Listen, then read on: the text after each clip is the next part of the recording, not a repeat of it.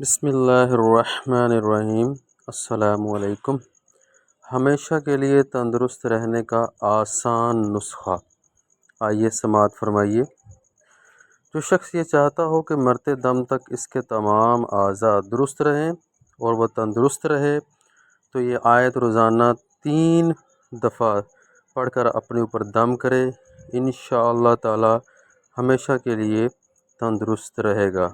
وہ آیت یہ ہے، آئیے میرے ساتھ پڑھیے۔ فَأَقِمْ وَجْهَكَ لِلدِّينِ حَنِيفًا فِطْرَتَ اللَّهِ الَّتِي فَطَرَ النَّاسَ عَلَيْهَا لَا تَبْدِيلَ لِخَلْقِ اللَّهِ ذَلِكَ الدِّينُ الْقَيِّمُ وَلَكِنَّ أَكْثَرَ النَّاسِ لَا يَعْلَمُونَ۔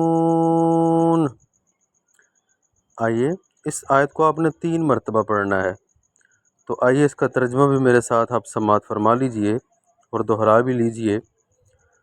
تو ہر باطل سے الگ ہو کر اپنا چہرہ اللہ کی اطاعت کے لیے سیدھا رکھو، یہ اللہ کی پیدا کی ہوئی فطرت ہے جس پر اس نے لوگوں کو پیدا کیا۔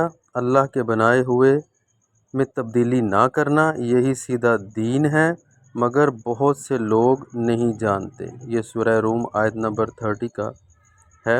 اللہ تعالیٰ کی ذات ہمیں اس پر عمل کرنے کی توفیق عطا فرمائے اور صحت تندرستی والی زندگی عطا فرمائے۔ جزاک اللہ خیرہ۔